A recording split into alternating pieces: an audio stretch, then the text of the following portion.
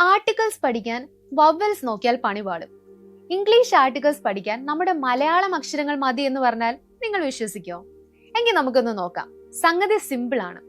ഒരു വാക്കിനെ നമ്മൾ മലയാളത്തിൽ എഴുതി നോക്കുക. ആദ്യ അക്ഷരം ഒരു സ്വരാക്ഷരം, അതായത് ആ മുതൽ ഔ വരെ ആണെങ്കിൽ കണ്ണും പൂട്ടി ആൻ കൊടുക്കാം, അല്ലെങ്കിൽ എ മതി. ഇപ്പോൾ MLA എന്ന് എഴുതുമ്പോൾ ആദ്യം വരുന്നത് എ എന്ന സൗണ്ട് ആണ്. So an MLA. പക്ഷെ യൂണിവേഴ്സിറ്റി എന്ന് എഴുതുമ്പോൾ യു എന്ന സൗണ്ട് ആണ് വരുന്നത്. അതൊരു വ്യഞ്ജനാക്ഷരമാണ്. So a university. ഇതുപോലെ ഓണസ്റ്റ് എന്ന് പറയുമ്പോൾ സൗണ്ട് വരുന്നത് ഓ ആണ്. So an honest person. ഈ ഒരു സിമ്പിൾ ലോജിക് ഉപയോഗിച്ചാൽ കോമ്പറ്റേറ്റീവ് എക്സാംസിൽ തിരിച്ചും മറിച്ചും ചോദിക്കുന്ന ഈ മാർക്സ് നിങ്ങൾക്ക് നഷ്ടപ്പെടില്ല. സ്പെസിഫിക് ആയി എന്തെങ്കിലും പറയുമ്പോൾ മാത്രം നിങ്ങൾക്ക് ദ ഉപയോഗിക്കാവുന്നതാണ്. For example the Bible, the sun, etcetera. അങ്ങനെയാണെങ്കിൽ ഡാഷ് ബുക്ക്. ഇവിടെ എ ആണോ ആൻ ആണോ വരിക? ശരിയായ ഉത്തരം കമന്റ് ബോക്സിൽ കമന്റ് ചെയ്യുക. ഇതുപോലുള്ള ടിപ്സ് ആൻഡ് ട്രിക്സിനായി ഈ ചാനൽ ഫോളോ ചെയ്യാൻ മറക്കല്ലേ.